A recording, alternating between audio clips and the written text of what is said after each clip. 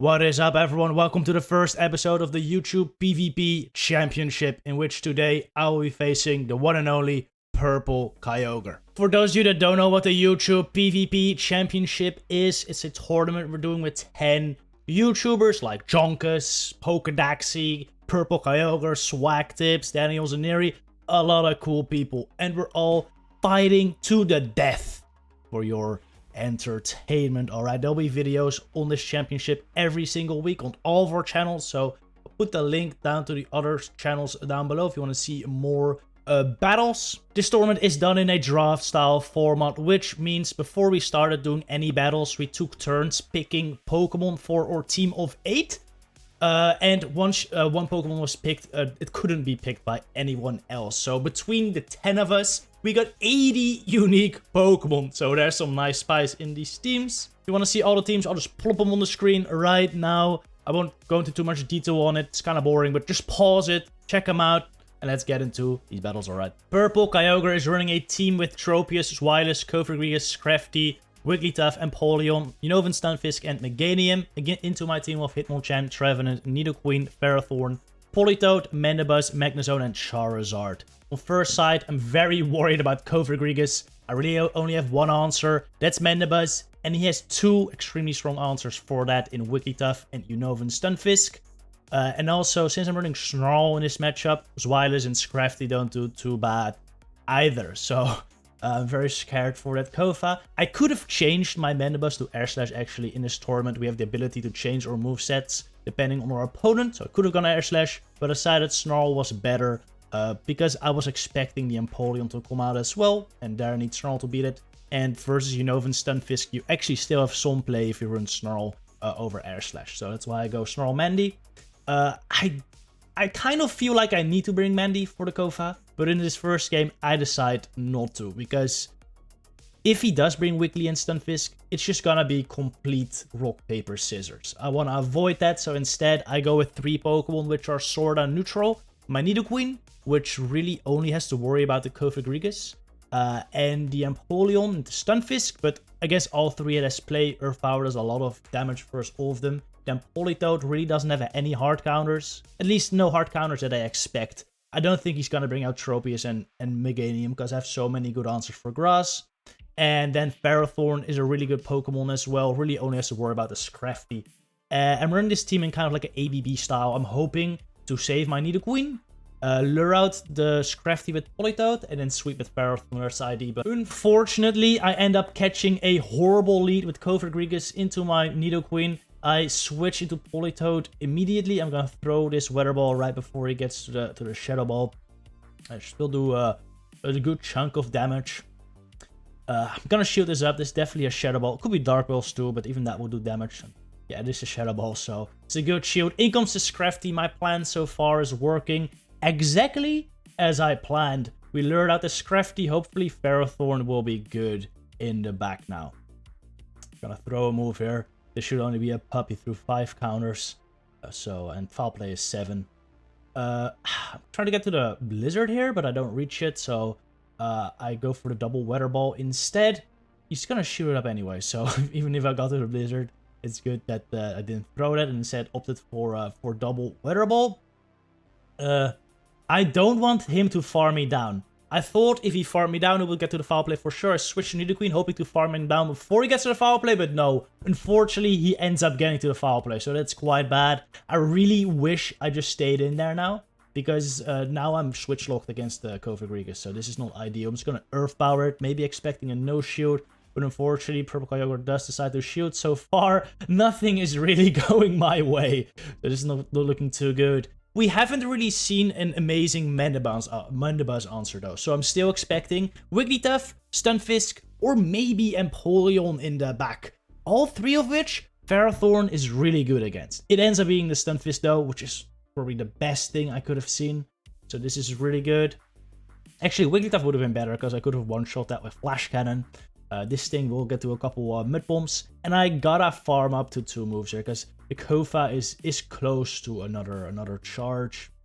So I will farm up to 2, and then I should be able to just double up on moves and kill the Stunfisk and the Kofa, And yeah, that should be the game, right? That should be the game. That is one power whip coming through, kills the Fisk. Another power whip coming through to kill the Kofa. Yes, GG came back from a horrible lead. That was a very nice game. GG. I had a really bad lead last time, and I don't want that to happen again, so I lead something more neutral in Ferrothorn, since it has play versus basically everything, besides Scrafty, but I'm not expecting him to lead that, well, it's very weak to the Nidoqueen I led in the last game, and I am right, it's a Napoleon lead, this is not even a neutral lead, this is a really good lead for Ferrothorn, because I'm resisting everything, and throwing hard-hitting neutral grass damage back at it. Yeah, they take this first power whip. Go for that draw pack here. Actually staying in might mean it's like a Wigglytuff or a Stunfisk in the back.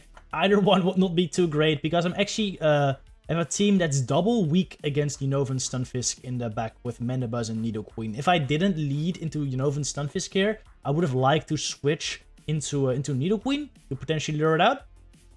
So I can kill it later with Ferrothorn. But since it was a Napoleon lead, I couldn't really switch. So yeah. I switch at this point though. I think this is a mistake though. I think he always brings Cofagrigus. He always brings Cofagrigus. I don't think it would make sense for him to have Unova and Stunfisk in the back here. So I switched in my Mandibuzz, and since I have Snarl, it's not a great matchup.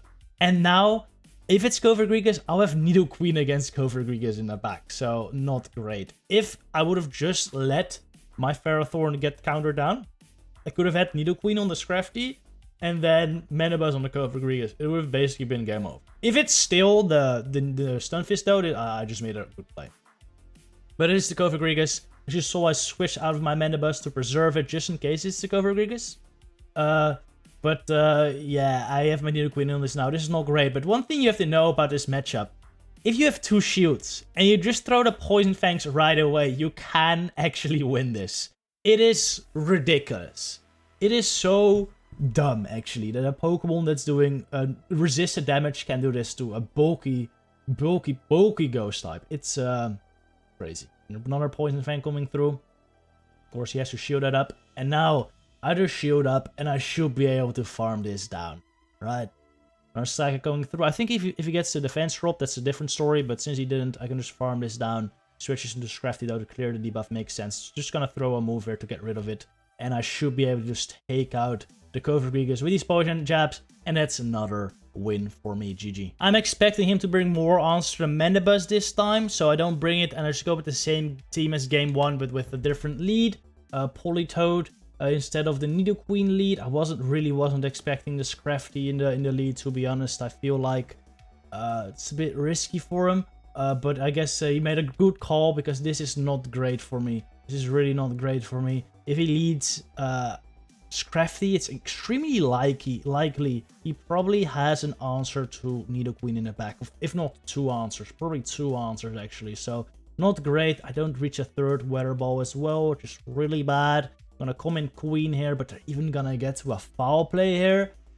And this will do a lot of damage. At this point, I'm just letting it go. I know they likely have one or two answers to this, so I just gotta let it go. It's the Empoleon in the back, unfortunately.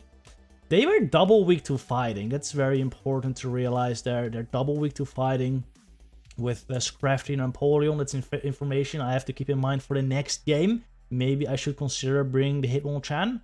Or maybe I should expect him to expect me to lead the Hitmonchan, knowing that his previous line was very weak against fighting. So that's why I shouldn't bring it. Anyway, that's all for the next game. In this game, we now got the Cofagrigus first, my Ferrothorn. And man, Cofagrigus is such a tank.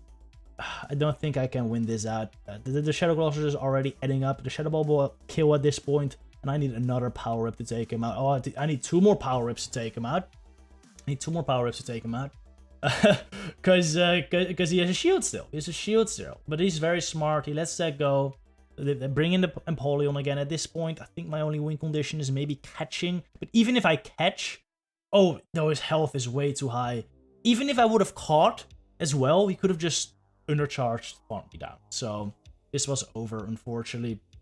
It's a very, very, very rough matchup for me. GG. Like I said last game, he brought a team that's double weak to fighting in the lead. So I'm kind of expecting him to expect me to bring a fighter, thus lead to Cofagrigus. So I'm leading Mandibuzz here with two anti-Mandibuzz answers in the back, of course. Ferrothorn and Nidoqueen.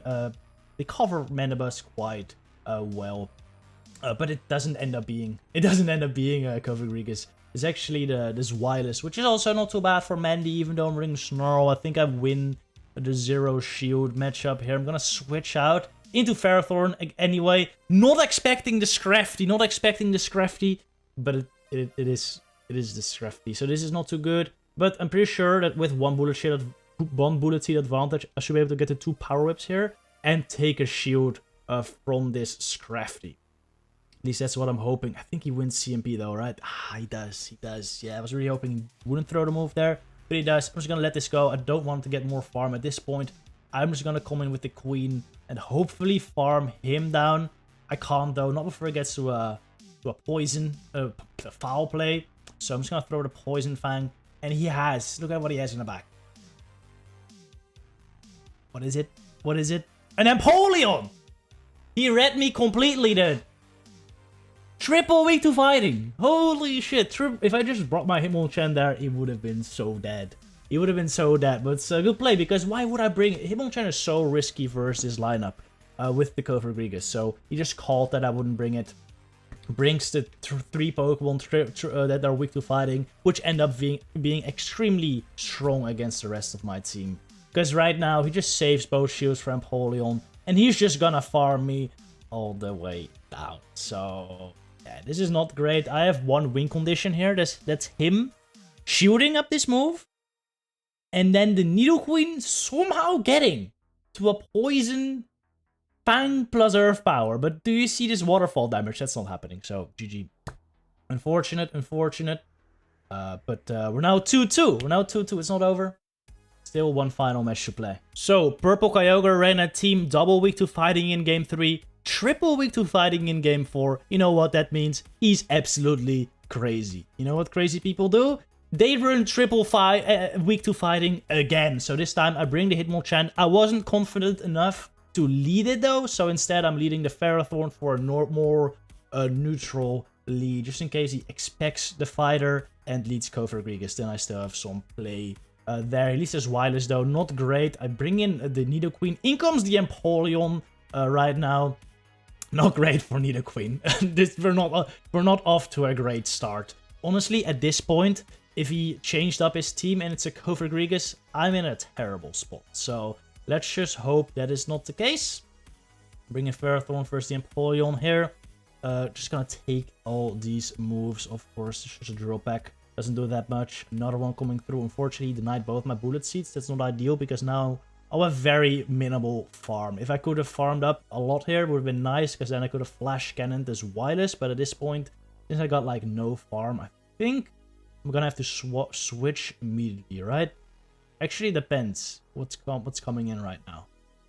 It is the Scrafty coming in actually, and I want to chip this. I'm just gonna throw the Power Whip, even though. So this is actually really good because they have 2 Pokemon weak to fighter. It's not the Kyogre. This should be fine, but Shadow Hitmonchan is so squishy.